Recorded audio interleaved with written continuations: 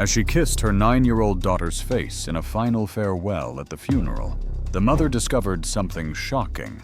And what happened next? The living room carpet was littered with dolls scattered everywhere. Emilia laughed softly as she smoothed the hair of one of them with a broken comb. The girl was only 9 years old, but she already made up stories for the dolls as if they were real people. Laura sat on the couch, looked at her fondly. She had a cup of tea in her hand, but her eyes never left her daughter. Every time she coughed, she reached out and touched her forehead. It was hot, yes, but it didn't seem serious. "Come on, sweetheart, have some tea. It will help you," said Laura, blowing on the liquid before bringing it to her daughter's mouth. "Oh, Mom, but it's bitter," said Emilia, grimacing and hiding her face behind the doll. Laura smiled wryly, that tired smile of a mother who wants to hide her concern. She leaned in and gave the girl a long kiss on her sweaty forehead and spoke softly to her. "It's just a little fever. Tomorrow you'll be running around again. You'll see." Emilia felt completely confident. If her mother said she was going to get better, then it must be true. She went back to playing, laying her dolls on the floor as if they were asleep. "Look, Mom, this one is sick too, but her friend is going to take care of her just like you take care of me," she said, placing a small cloth blanket over one of the dolls. Laura's heart tightened. She approached, helped arrange the doll, and stroked her daughter's hair. "And this mommy here will never leave you alone." "Yes, yes," Emilia replied in a soft whisper, before letting out a small laugh. Laura wiped her nose with a tissue and thought again that it was just a cold, like many others. Children always get sick from time to time, nothing serious. Meanwhile, the clock on the wall marked the slow passage of the hours. The room smelled of herbal tea, and in the background, you could hear the rain hitting the window. It was a simple, ordinary afternoon, with mother and daughter together, believing that everything would be better the next day. Laura adjusted the blanket over her daughter's shoulders and pulled her closer, feeling the warmth of her body. They stayed there in silence for a few moments, just listening to each other's breathing. In the background, Laura repeated to herself like a prayer, "It's just a cold, just a cold. Tomorrow she'll feel better." The early morning was quiet. Only the light rain falling on the roof could be heard. Laura slept lightly as she always did when her daughter had a cold. Suddenly, a strange sound was heard in the hallway. It was not a scream or a clear cough, but a muffled noise, as if someone were moving in their sleep. Laura opened her eyes in fear. The clock glowed on the nightstand. 3:17. Her heart began to beat fast for no reason, and she got up quickly, her bare feet touching the cold floor. She walked quickly to Emilia's room, pushing the wooden door, which creaked softly. The scene she saw left her frozen. Emilia was lying down with her hair stuck to her forehead, with sweat. Her eyes were half open, but dull. Her chest rose and fell weakly and irregularly. Emilia whispered. Laura approached, thinking her daughter would answer. She touched her arm. Her body was very hot, but at the same time limp and weak. She leaned over, moving her slowly. "My love, open your eyes. It's me, Mom. Come on, answer me." Silence. No movement, only the faint sound of labored breathing. Panic overwhelmed Laura. She grabbed her daughter's shoulders and shook her harder. "Emilia, wake up, my love. Don't do this to me." The girl did not react, her mouth half open as if she wanted to say something but couldn't. Sweat ran down her face, wetting the pillow. Laura felt her legs give way. The room that a few minutes ago had been just a place for dolls and childhood dreams now felt cramped, as if she couldn't breathe. She was trembling, her hands not knowing where to touch, how to help. She put her ear to her daughter's chest, looking for a sound, anything that would tell her she was still there. Her heart was beating, but slowly, distantly, as if it wanted to leave with every passing second. "My God, please," she whispered, not knowing if she was crying or screaming. Desperation made her jump up. She took Emilia in her arms as she had when she was so little she couldn't walk. Her daughter's light body now felt very heavy. She spoke in her ear with a trembling, almost broken voice. "Hang in there, sweetie. Mommy's here. Don't go, please." And in that dark room, lit only by a ray of moonlight, time stood still. Every second felt like an eternity. Laura's greatest fear was not only losing her daughter, but the horrible feeling that she was already slipping away, and that there was nothing she could do. The clock continued to tick away the minutes, but for Laura, that early morning seemed endless. The siren broke the silence of the early morning, mixing with the sound of the rain that was still falling. When the ambulance stopped in front of the house, Laura was already at the door, disheveled with Amelia in her arms, begging for help. 2 paramedics ran down the stairs. One of them, younger, brought the stretcher. The other, more experienced, knelt in front of the girl and quickly placed the stethoscope on her chest, then checked her pulse and breathing. His face became serious, and he avoided looking at Laura. "How is she? Please tell me."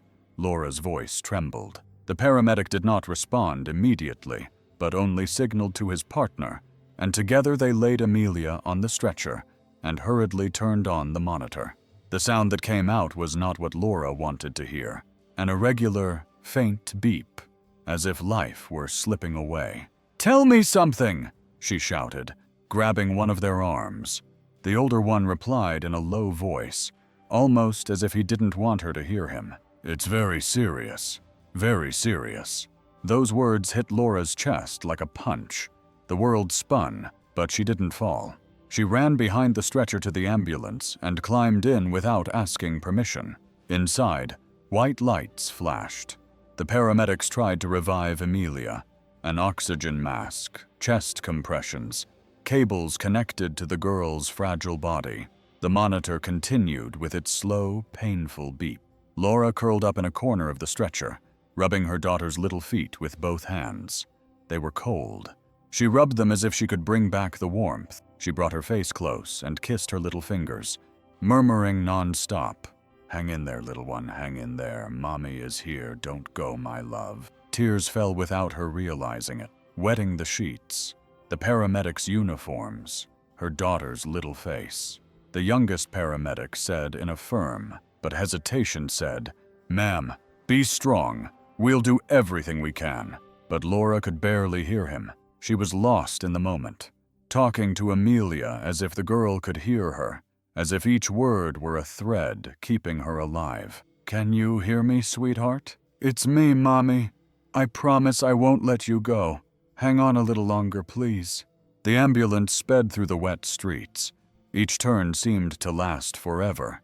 The sound of the monitor was heartbreaking, beeping weaker and weaker with each passing moment.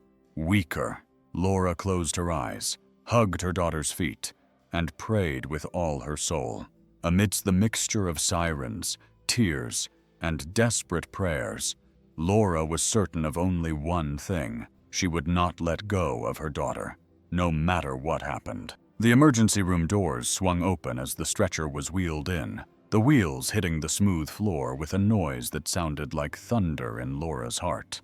She ran to the side, trying to follow them, but immediately a nurse raised her arms, blocking her way. "Ma'am, you have to wait here." Laura tried to force her way in, her eyes filled with despair. "It's my daughter. Please let me in." 2 doctors pushed the stretcher down the hallway, which was too brightly lit, almost cruelly so with its whiteness. One of them, already in the distance, turned his face for a moment, looked at Laura, and said firmly but with sadness in his eyes, "We'll do our best." Laura stood still, breathless. The sounds mingled together, hurried voices, monitor beeps, running footsteps. But for her, everything suddenly became silent. Only that echo, "We'll do our best," repeated over and over in her head. Her legs gave way, and Laura fell to her knees in the middle of the waiting room, not caring about the stares of the others, not caring about the cold, dirty floor. Her breathing was short and ragged. She covered her face with both hands, but she couldn't stop the tears. They flowed like a waterfall, wetting her clothes and falling onto the white hospital floor. There were no words, no cries, only tears. It was a deep, silent cry, the kind that comes from a place where there is no bottom. Her whole body trembled, rocking gently as if trying to comfort herself, just as she did with Emilia when she was a baby. Some people looked at her with compassion. Others looked away so as not to feel the same, but nothing mattered.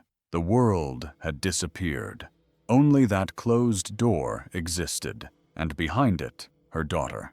Laura clasped her hands together, pressed them against her mouth, and whispered weakly, "God, please don't take her away from me." And there, kneeling on the cold floor, alone in the midst of so many people, she surrendered to total grief because at that moment, there was nothing left she could do but wait and cry.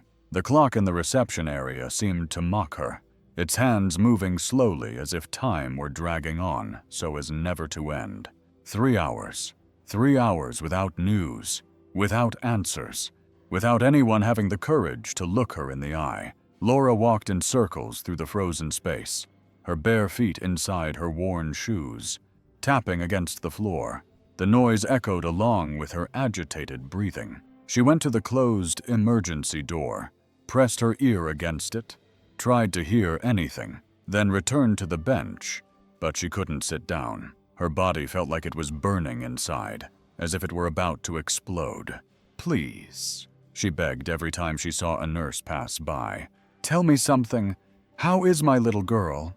The answers were always the same, a quick shake of the head, "Wait, ma'am," or the cruel silence of those who didn't want to commit themselves.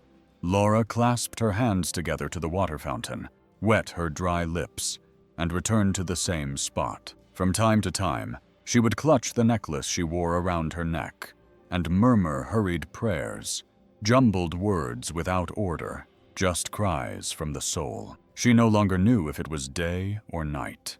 The white lights of the hospital took away any notion of time. Her body was tired, her legs ached, but her mind would not stop. Images of her healthy daughter, laughing and running, came to her mind like knife stabs, until a door opened and a doctor came out slowly. His shoulders slumped, as if he were carrying a weight he did not want to bear. He approached Laura, who ran towards him, grabbing the sleeve of his gown. "Tell me, doctor, how is my little girl?" The man took a deep breath, looked away for a moment, and then spoke softly, his voice breaking. "We did everything we could. I'm sorry." The words were like knives. Her ears heard them, but her mind refused to accept them. The world around her disappeared. There was no noise, no light, no people passing by, only a deep emptiness. The doctor's mouth was still moving, but she could no longer hear him. Perhaps he was explaining, perhaps trying to comfort her, but nothing got through. The sound was gone, as if she were underwater. Laura let go of the doctor's sleeve, stood still for a few seconds, and then let her body fall, and her body onto the nearest bench, her eyes open, staring at nothing. Tears fell without her realizing it. Inside, everything was screaming, but on the outside, there was only silence.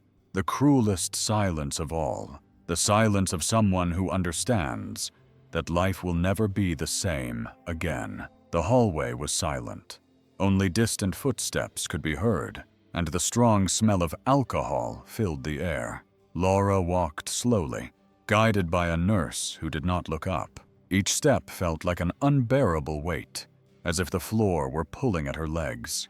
When the door to the room opened, Laura held her breath. Her heart was beating so hard, it almost broke her chest. And then she saw her.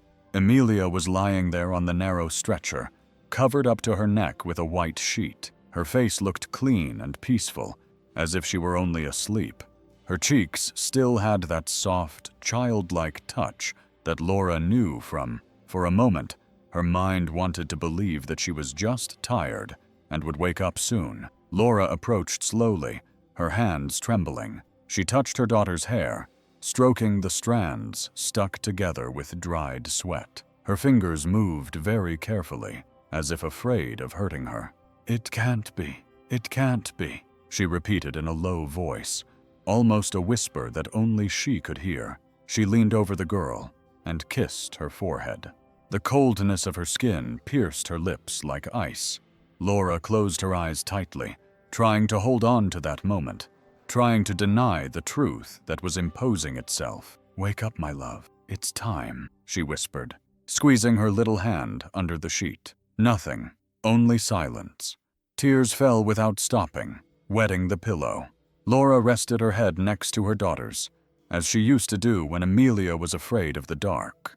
She stayed there for a few seconds, breathing deeply, as if she could give her a little of her own life. The nurse approached silently and touched Laura's shoulder gently. "Mrs. Laura?" Laura didn't answer. Oh, she just shook her head, holding her daughter's hand tighter. "No, don't take her away from me, please." The nurse took a deep breath and gently insisted. "It's time.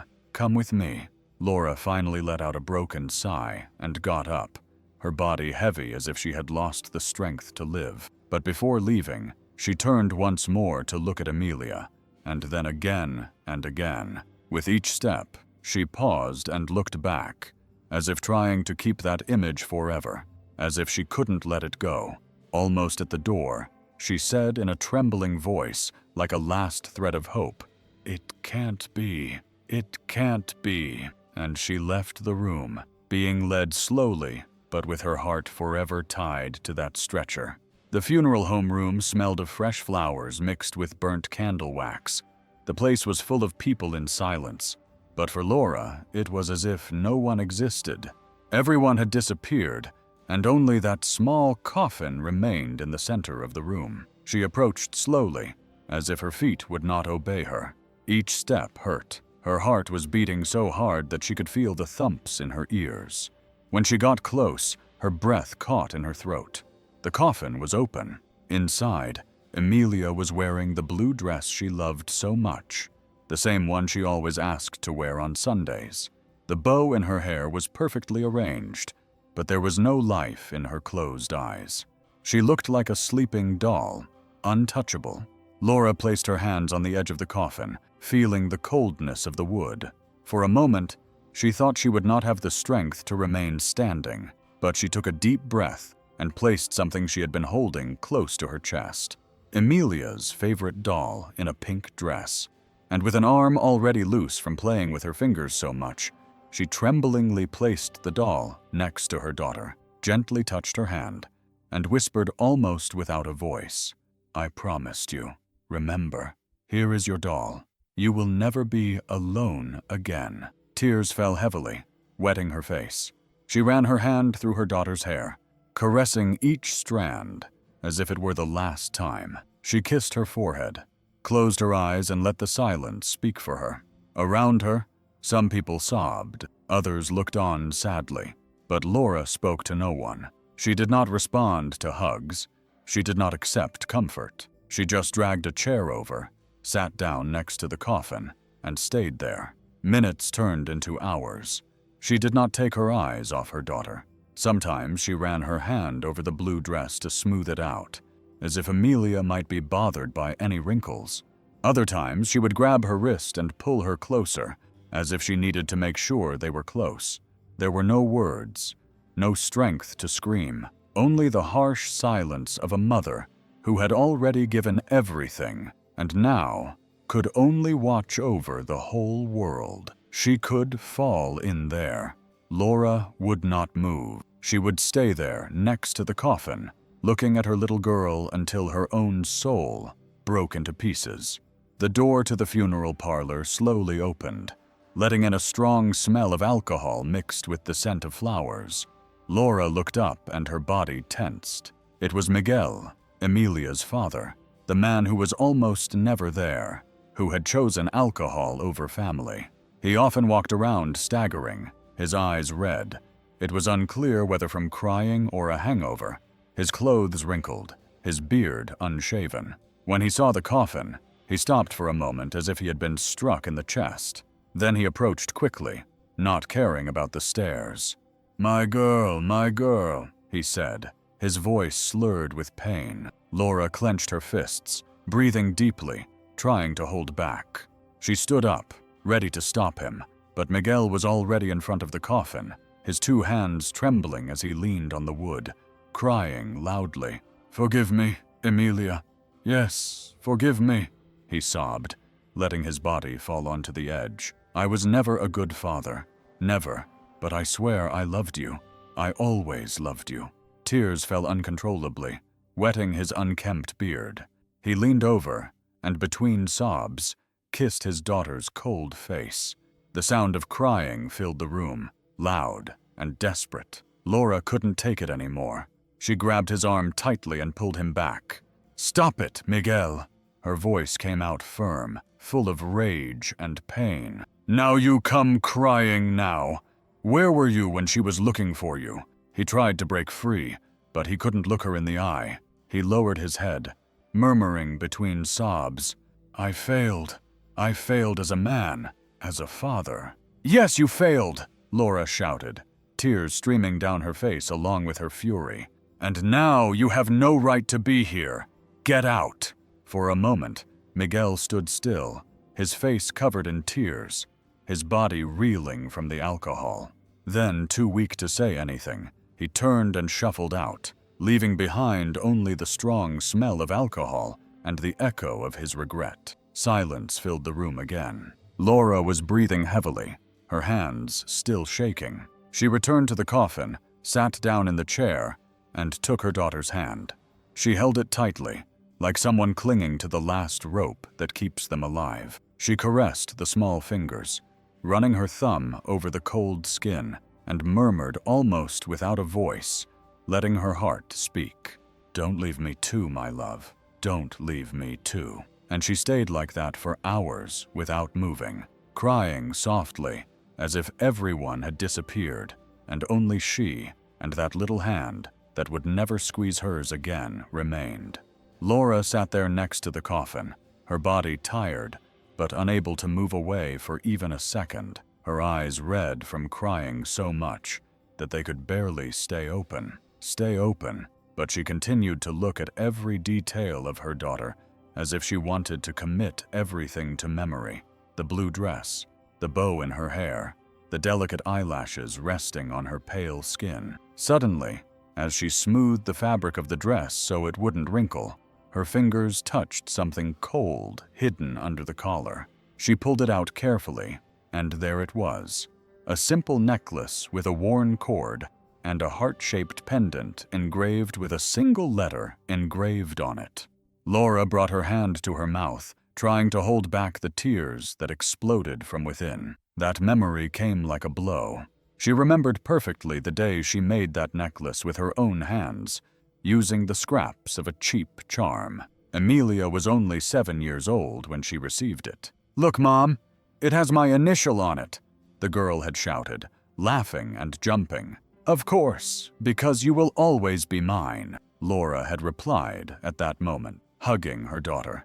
And now that same necklace was there, resting on the girl's motionless chest, a symbol of love that did not die, even though everything seemed lost. Laura grabbed the charm tightly, as if she could bring back those moments, as if she could bring her daughter back just by touching it. The tears fell uncontrollably again, wetting her blue dress. She closed her eyes, rested her forehead against the edge of the coffin, and whispered between sobs, "You will always be mine, Emilia, always."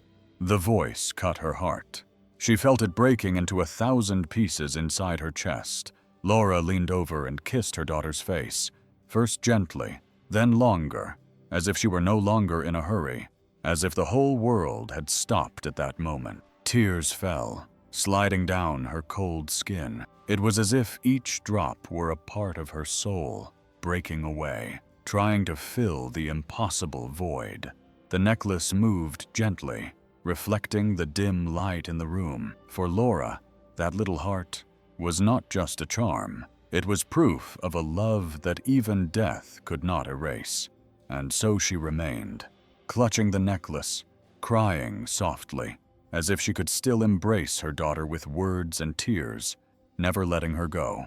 Laura was so tired of crying that she no longer knew if she had any tears left. With her hand trembling, She smoothed her daughter's hair once more and leaned over the coffin. She brought her lips close, as she did every night before Amelia fell asleep, and kissed her cold cheek. But suddenly, something made her stop. Her lips did not feel the hard ice she knew so well. There was a very slight, very soft warmth, but it was there. Laura opened her eyes wide. Her heart raced. She touched it again quickly, as if afraid she was imagining things. She frowned her brow, then opened her hand and pressed her palm against her daughter's face. "No, it can't be!" Her voice came out in a broken cry. The people around her turned around, confused. Laura, trembling, looked at everyone and shouted, "She's warm! My daughter is warm!" Silence filled the room. No one was breathing. It was as if the air had gone. The funeral home doctor, who was in a corner, approached with slow, hesitant steps. His eyes showed doubt, fear, and disbelief. He stretched out his hand and very carefully touched the girl's cheek with 2 fingers. He stood motionless for a few seconds. Then suddenly his face turned pale. "Don't touch her anymore!" he shouted loudly. "Call an ambulance, right now!" A murmur spread. Some people ran, others backed away, and some covered their mouths, unable to believe what they were seeing. The stifled crying turned into nervous cries and hurried footsteps. 2 chairs moved. Laura, weakened, fell to her knees in front of the coffin. Her hands beat against her chest.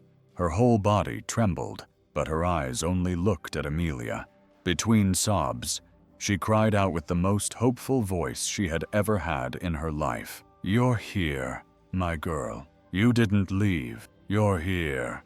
She stretched out her hands again, touching her daughter's feet, feeling every detail, every sign that there was still life. And there, in that mixture of pain and hope, the impossible happened before everyone's eyes. Death, which seemed certain, gave way to a fragile but living flame. Laura cried, but now her sobs were not only of pain, they were also of surprise, of faith, of a desperate joy that no one in that room would ever forget. The ambulance siren cut through the early morning like a desperate cry. The red and blue lights reflected off the walls of the houses and the closed windows and on the posts, wet from the night's rain. Inside the vehicle, the tension was palpable. On the stretcher, Amelia's fragile body seemed too small, lost among the cables, tubes, and machines. The heart monitor beeped at irregular intervals, each faint but present sound sounding like a miracle. Laura knelt beside her daughter, ignoring the pain in her knees on the cold metal floor, holding Amelia's little hand as if that touch were the last thread keeping her alive. She couldn't stop looking at the girl's face, searching for any sign, any movement. "I'm here, my love. Mommy's here. Hang in there, sweetie. Hang in there a little longer," she repeated over and over, her voice breaking between sobs and rushed sentences. The paramedics glanced at each other quickly, full of doubt and disbelief. No one said anything out loud, but the question was written on their faces. How can this be? How can someone who is in a coffin now have a heartbeat? One of them adjusted the oxygen, another checked the numbers on the monitor, but both avoided looking directly at Laura, as if they were afraid of shattering that fragile hope. Laura, however, did not think about what others believed. She could only see her daughter. Tears kept falling, wetting the little hand she was holding. She brought the little girl's fingers to her face, kissing them and pressing them against her cheek, as if she wanted to give her back the warmth. "Can you hear me, my love? Don't leave me. Don't leave me." Her voice trembled, but it came out strong, full of faith. The monitor started beeping again, irregularly but constantly. Laura closed her eyes and cried even harder, as if each beep were proof that there was still life. The ambulance sped through the streets of Texas, bouncing around every curve. Inside, Laura's entire world was on that stretcher, in that faint beep, and in that little hand she wouldn't let go of for anything. It was a race against time, a race for life, and Laura had no doubts. If necessary, she would give her own life so that her daughter could continue breathing. The hospital hallway smelled of strong disinfectant mixed with the hurried footsteps of the team carrying Amelia straight to the emergency room. Laura followed behind, almost tripping, not letting go of her daughter's hand until the last second they allowed her. When the door closed, she stood outside with her heart trapped in her chest, waiting for a word, any word. Shortly after, the door opened, and a doctor in a white coat entered. It was Dr. Ramirez, with a serious face and a tired look. He motioned for Laura to come inside. Amelia was lying on a stretcher connected to machines. The continuous sound of the heart monitor filled the silence. Laura ran to the bed, grabbed her daughter's hand, and cried with relief when she saw that she was still alive. Ramirez examined the girl in silence, measuring her vital signs, checking her pulse, and testing her reflexes. Then he took a deep breath, removed his glasses, and spoke slowly, choosing each word carefully. "She is in a deep coma," he said, but then he paused, as if the next sentence were difficult to say. How could anyone declare her dead? Laura looked up, her eyes filled with tears, confused, unable to believe what she was hearing. She took the death certificate they had given her a few hours earlier out of her crumpled pocket and handed it to him with trembling hands. Ramirez took the document and read it silently. His expression changed, first to surprise, then to disbelief, and finally to deep exhaustion. He closed his eyes for a few seconds, pressing the bridge of his nose. "I know this is too serious," he murmured almost to himself. Laura grabbed his arm desperately. "Tell me the truth, doctor. Is my daughter really alive?" He looked at her seriously, his voice low but firm. "Yes, ma'am. Your daughter is alive, and that changes everything." Laura brought her hand to her face, sobbing between shock and hope. The document fell from her fingers and slid across the cold floor, but she didn't care. She could only look at Amelia, breathing silently, and repeat in a low voice like a broken promise that was now being reborn. "I'm waiting for you, my love, as always." Laura sat on the hard bench in the hallway, her eyes red from crying, but her mind searing. Amelia was alive, still breathing, still there, but the pain she felt now was different. How dare they put her in a coffin? Who signed that paper? Who decided that her daughter was no longer alive? With a heavy heart and rage growing in her chest, she got up and walked down the hallway, each step sounding like a silent scream. She asked a nurse where the administration office was. The woman hesitated, looked down, but pointed with her chin to a gray door at the end of the hallway. Laura knocked loudly. No one answered, but she opened the door anyway. Inside, 2 men in white coats and a woman in a suit were sitting with papers on the table, they all surprised by her entrance. "I need answers," Laura said in a firm voice, although she was trembling a little. "Who declared my daughter dead? Who signed that paper?" The 3 looked at each other quickly. One of the doctors coughed, shuffling the papers as if he wanted to hide behind them. The woman in the suit tried to remain calm, but she couldn't look Laura in the eye. It was the youngest one who broke the silence with a faint, uncomfortable smile. He spoke in a cold tone that cut Laura like a knife. "Ma'am, you should be thankful that your daughter is alive." She thought about whether it could have been different. Laura froze. The words hurt her deeply, leaving a hole in her chest. For a moment she felt weak, almost powerless. She swallowed, her eyes filling with tears again. Yes, it could have been different. She could be burying her daughter right now.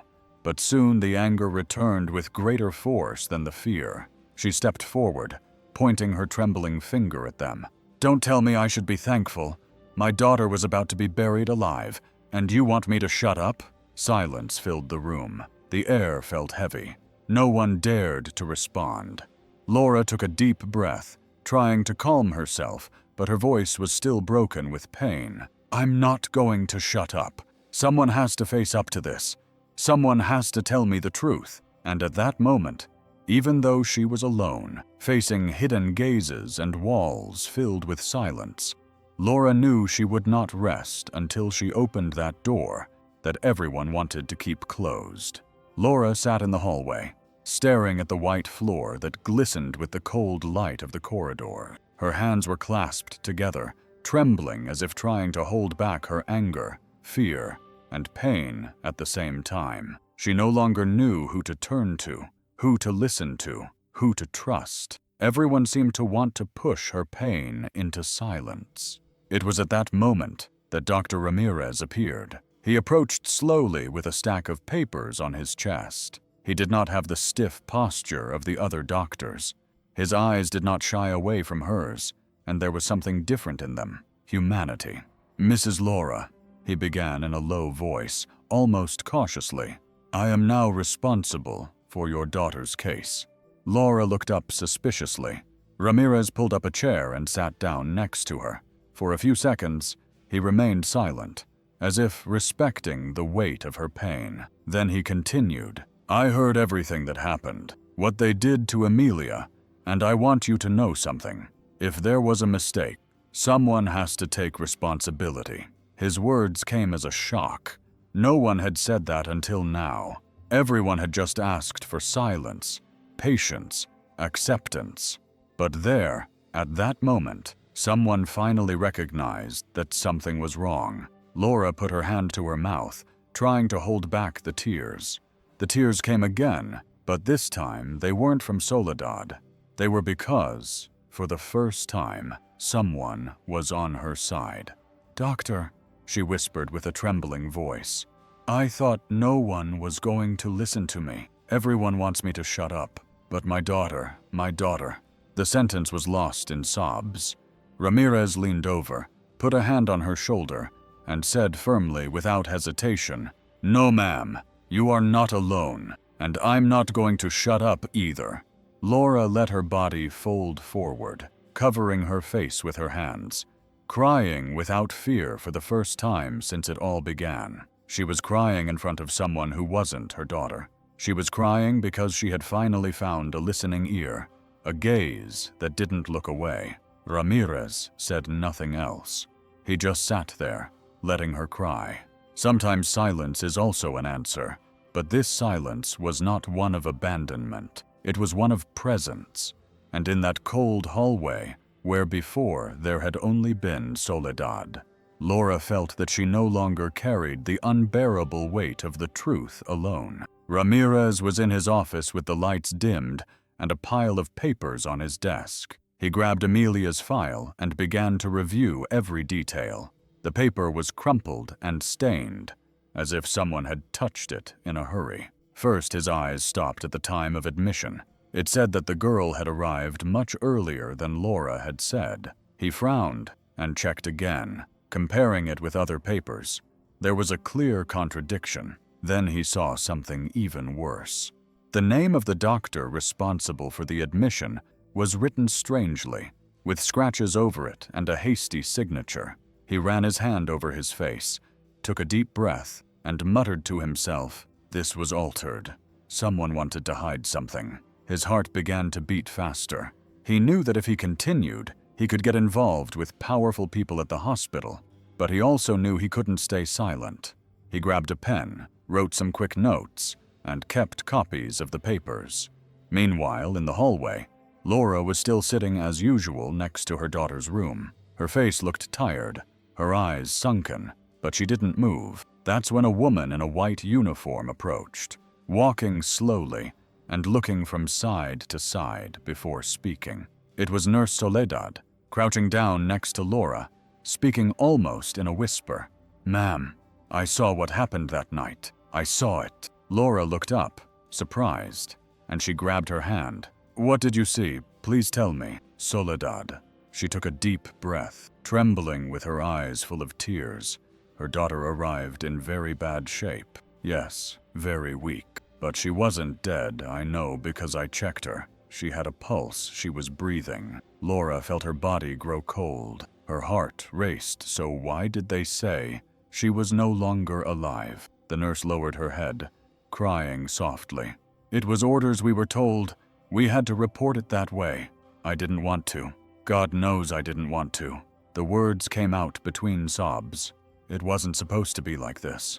Laura squeezed her hand tightly, tears falling without stopping. They were going to bury my little girl alive. Soledad put her hand to her mouth, trying not to cry. Her eyes trembled with fear. Forgive me, ma'am. Forgive me. I was just obeying orders. If I talked, I could lose my job. Laura grabbed her face with her hands firmly, though with her soul broken. No, thank you for telling me. Thank you for having the courage. The two of them stayed there in silence, just crying, one out of guilt, the other out of the pain of almost losing everything. At the end of the hallway, Ramirez watched from afar.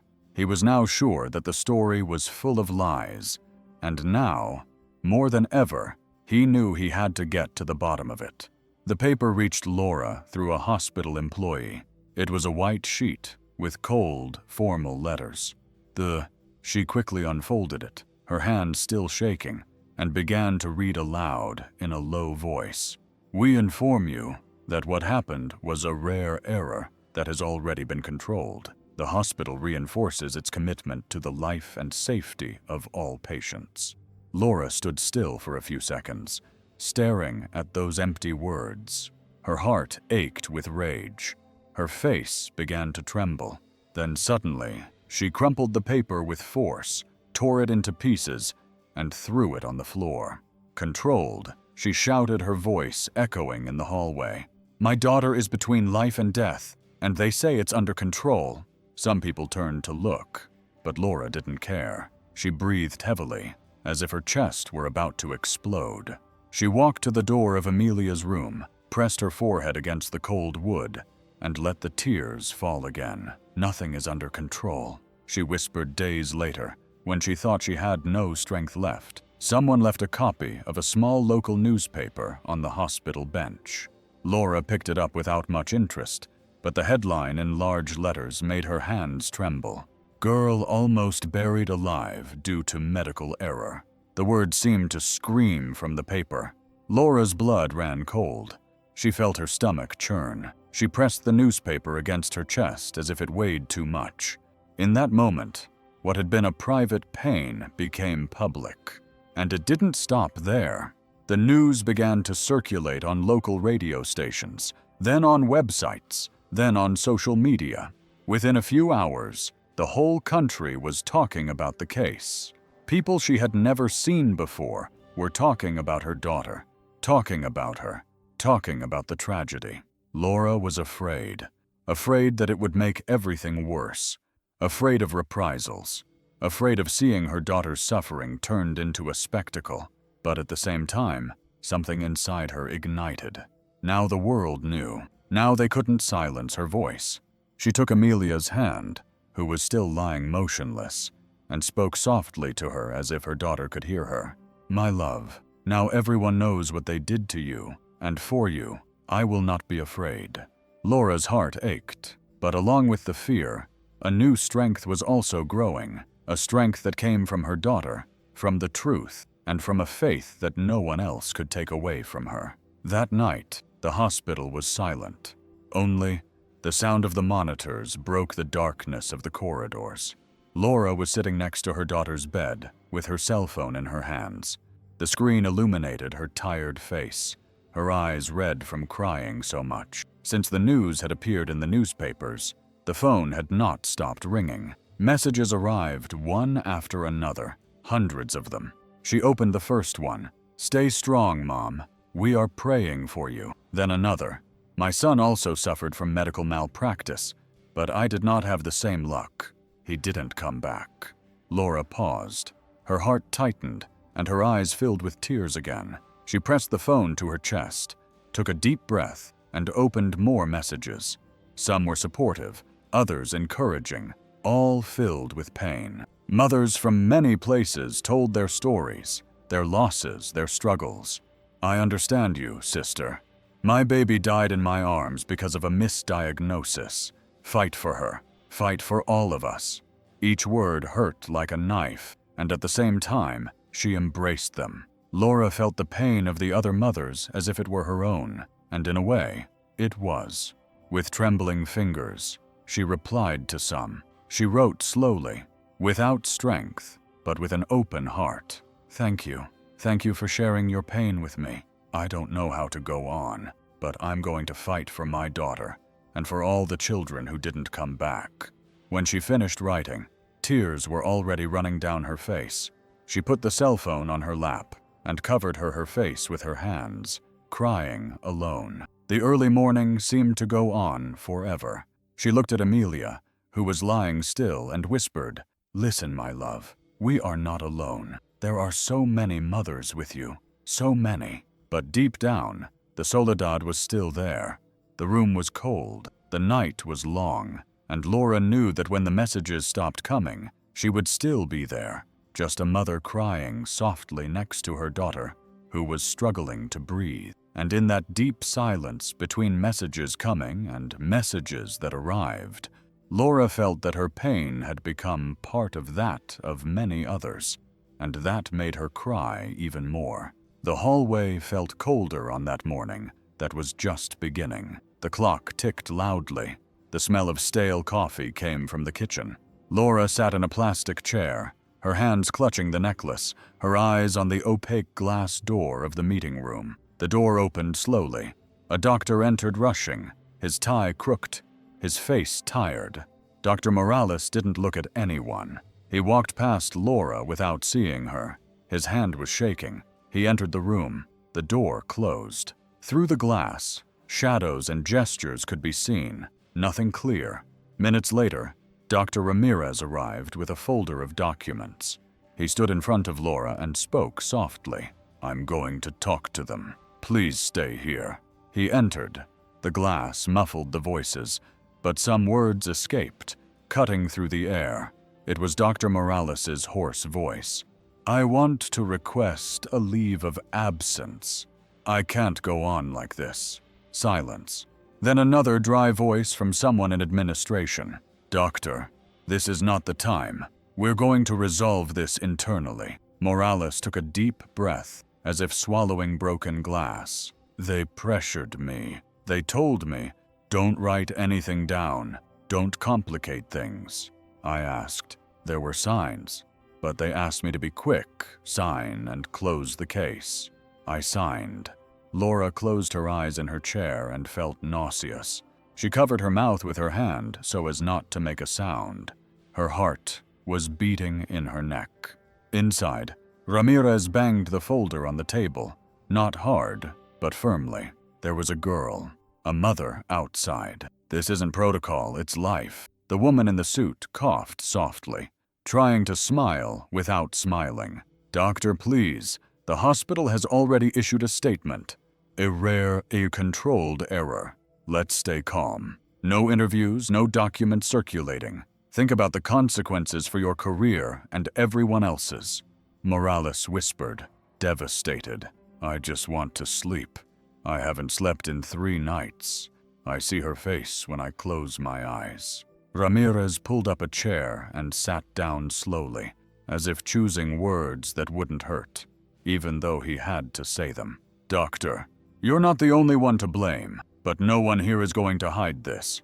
Don't talk like that." Ramirez cut in now more harshly. "Be careful what you say. We take care of our own. What can't happen is the hospital getting its reputation tarnished. Have you thought about the newspapers? Have you thought about the board?" Through the glass, Laura saw the moment when Morales took off his badge and placed it on the table. His hands were empty, lost. He looked smaller. "I accept my retirement," he said without looking up. "But don't ask me to lie. I can't." A heavy sigh filled the room. The air conditioning made a constant, almost cruel noise. Ramirez rested both hands on the table and looked at each one of them. "Enough. Either we tell the truth, or I'm leaving." The silence that followed hurt her ears. The woman in the suit crossed her arms without responding.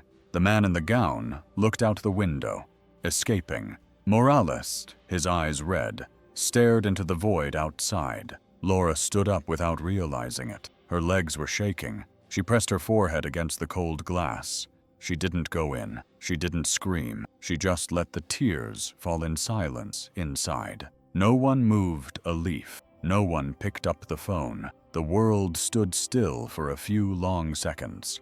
All you could hear was the cold air blowing and, in the distance, a monitor beating a weak but lively rhythm. Ramirez did not back down. He did not look away. And in that heavy silence, his words hung in the air like a warning, impossible to ignore. The truth or nothing. The sound of the heart monitor continued its steady rhythm, that lively music that was already part of Laura's heart. She was standing next to the bed, as always, holding her daughter's hand, murmuring soft words, almost like a song. But suddenly, the beep changed. The monitor began to sound fast with an irregular rhythm, cutting through the air with high-pitched sounds. Emilia's body moved slightly, and the room that had been silent before was filled with movement. "Doctor, quick!" a nurse shouted. Laura was paralyzed for a second, not understanding. Then fear filled her completely. She tried to get closer to her daughter, but two firm hands pulled her back. "Ma'am, you have to leave. No, please, let me go. She's my daughter," Laura shouted, resisting, but they took her out of the room. The door closed in front of her. On the other side, she could only hear rapid voices, running footsteps, urgent orders. Laura put her hands on the glass door, trying to see, trying to hear. Her heart felt like it was going to explode. Tears fell without stopping. Suddenly, her body lost strength, and she fell to her knees in the cold hallway, not caring who saw her. "Don't take her away from me again. God, please," she begged between sobs, beating her chest with her hand. "Please don't take her away from me." Some people passing by stopped, but no one dared to say anything. It was a mother's pain, and there were no words that could help. The next few minutes felt like an eternity. Every second felt like a lifetime. The silence between the beeps of the monitor, which could be heard through the crack in the door, sounded like a hammer in Laura's soul. Then finally, the door opened. Dr. Ramirez came out. His face showed exhaustion. There were beads of sweat on his forehead, but there was something that made Laura's heart stop for a moment. He smiled slightly and crouched down in front of her. She was still on her knees, and he spoke calmly but firmly. "She's stable again." Laura covered her face with her hands, crying with relief. She jumped up and ran to the glass of the intensive care unit. She pressed her forehead against the cold glass and looked inside. Emilia was lying there, fragile, surrounded by machines, but she was breathing. Her chest rose and fell slowly and steadily.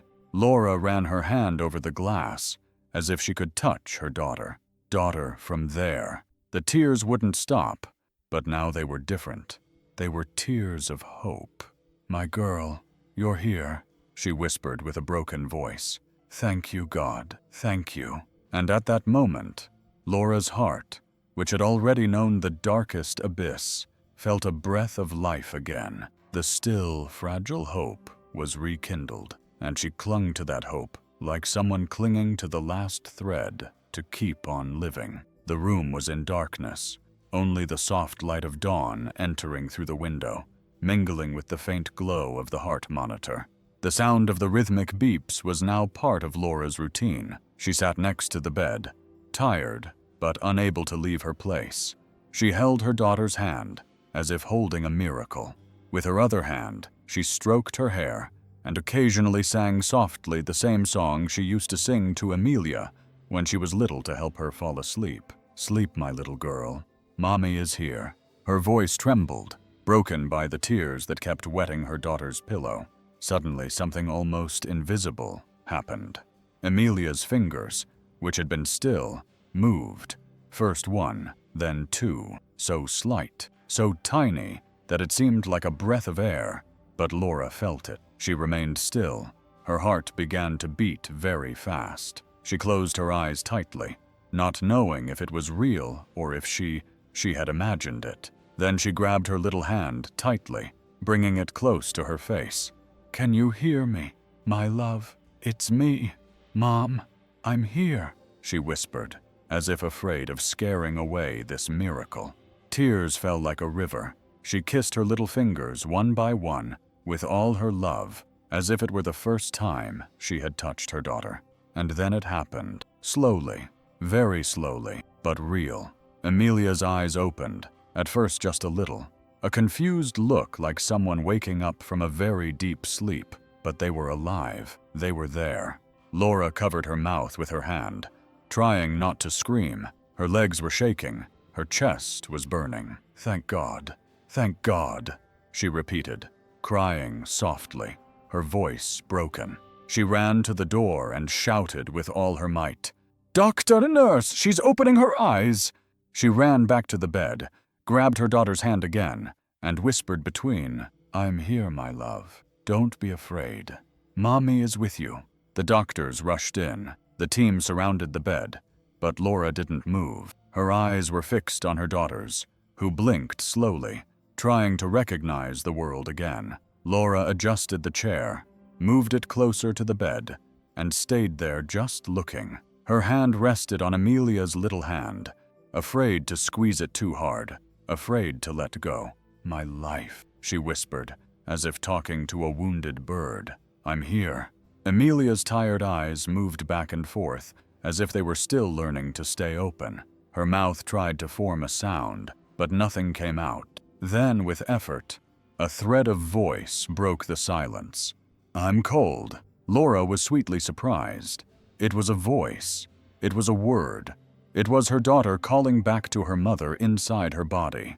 Without thinking, she took off her own coat and carefully covered the girl, tucking it around her shoulders, chest, and thin arms. She rubbed her hands on the blanket to warm it, just as she did when Amelia was a baby and cried in the early morning. "Here, here, my love. There, there." Laura's voice trembled, but it was firm with affection. "Take this little hug. It's my warmth, just for you." She brought her face close, resting her forehead on her daughter's, feeling the warm touch, the simple smell of hospital soap mixed with her scent, which was home. She kissed her hair slowly, kissed the tip of her nose. "I will never leave you alone again, my love. Never again," she said like a promise. "If you sleep, I will stay. If you wake up, I am here. If you tremble, I will cover you. I am your little blanket." Amelia's eyes glistened with tears. The corners of her mouth wanted to form a small smile. She took a short breath. Laura rearranged the blanket, ran her finger over the letter E on her daughter's necklace, and smiled through her tears. "My E for Amelia, my E for you are here." They stayed like that for a while, without a clock. Laura sang very softly, almost just air. "Go to sleep, my girl. Mommy is here." Amelia's little hand squeezed her mother's fingertips a little, very little, but enough to light up a whole world inside Laura. She bit her lip to keep from sobbing loudly. Hot tears fell onto the blanket and were lost in the fabric. "Thank you," whispered Amelia, almost soundlessly, like someone blowing on a prayer. "Thank you," replied Laura, with a tear-stained smile, "for coming back to me." The beep continued.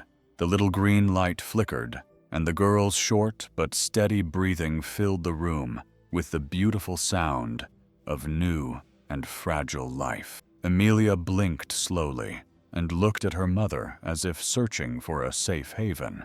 Then, afraid of her own question, she whispered, "I died, Mom." Laura put her hand on her chest and felt her heart beating fast, as if it wanted to answer first. She swallowed her tears so that her voice would come out clear. She ran her thumb over her daughter's cheek, wiping away a glistening drop that might have been sweat or a tear. She almost said very softly, looking into the girl's eyes, "But your heart was stronger."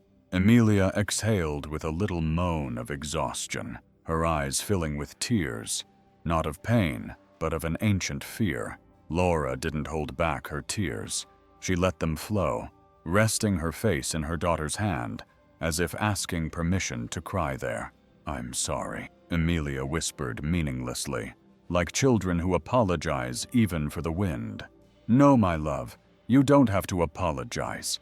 said Laura, her voice broken and sweet. "You fought. You stayed. I'm here." They both remained silent, only their tears flowing. There was no rush, no explanation. Laura inhaled with her daughter and exhaled with her, finding a common rhythm, a way of breathing that belonged to both of them. The world outside began to return in small sounds. A cart squeaking in the hallway, a distant shoe hitting the floor, the wind gently touching the window. Inside, however, there was only the music from the monitor and a couple of lives stuck together. Mother and daughter sharing warmth between blankets, prayers, and simple promises. Laura brought her mouth close to Emilia's ear and repeated, "I'm here." And Emilia closed her eyes for a moment without fear, like someone resting inside a word that is home. The whole room breathed together, only the breathing of the two of them and the sound of the world returning. The murmur outside the hospital grew. Every day, cameras at the door, reporters calling Laura headlines in the newspapers. Comments on the radio, official investigation. They said, 2 doctors suspended. They announced heavy words, strong headlines. For many people, it was news. For Laura, it was only the reflection of a wound that would never heal. In the hallway, she saw lawyers coming and going, employees whispering in the corners, posters stuck on the walls with investigation notices. It was as if the whole hospital had become a courtroom, but inside the room, none of that mattered. There, time had a different rhythm. Laura adjusted the pillow, ran her hand through Emilia's hair, sang softly. The constant beeping of the monitor was the only music she wanted to hear. Outside, the world was crying out for justice. Inside, her heart was just crying out for life. "You know what, my love?" she said, sitting on the edge of the bed, looking at her daughter's serene face. "Let them investigate. Let them ask questions. Let them punish. I just want to see you sleep peacefully, that's all." Emilia, still fragile but with her eyes open and alert, looked at her slowly. A shy little smile appeared at the corner of her mouth. That smile, though small, was worth more than any headline, more than any trial. Laura rested her forehead on hers, breathing deeply. The smell of her daughter, the warmth of her skin, the life present there, were the only victory that mattered. Yes, justice was beginning to be. Papers were signed, doctors suspended, the law moved as slowly as ever. But for Laura, none of that had the weight of the scene before her eyes. Her daughter was alive, breathing, able to smile again. She took Emilia's little hand, kissed it gently, and closed her eyes. That's what matters, seeing you laugh and seeing you sleep in peace. The rest, she knew, could wait. The sun streamed through the living room window, filling the space with a soft golden light that seemed to announce that this day would be different. The table was decorated with simple flowers, a homemade cake in the center, and blue and white balloons tied to the chairs. It wasn't a big party, but it was a party full of life. Laura set the table, watching Emilia, now 10 years old, running from one side of the house to the other, laughing, her hair loose and flowing. A year ago, she was among the life and death. Today, ran as if it had wings. "Mom, look!" Emilia was spinning around in the middle of the room, twirling in her new dress. 10 years old. Laura laughed and applauded, but soon her eyes filled with tears. With each laugh from her daughter, she remembered the coffin, the cold, the silence. But she also remembered the warmth on her face, the miracle that brought her back after singing Las Mañanitas, when everyone ate a piece of cake and the house fell into a comfortable silence. Laura called her daughter to come closer.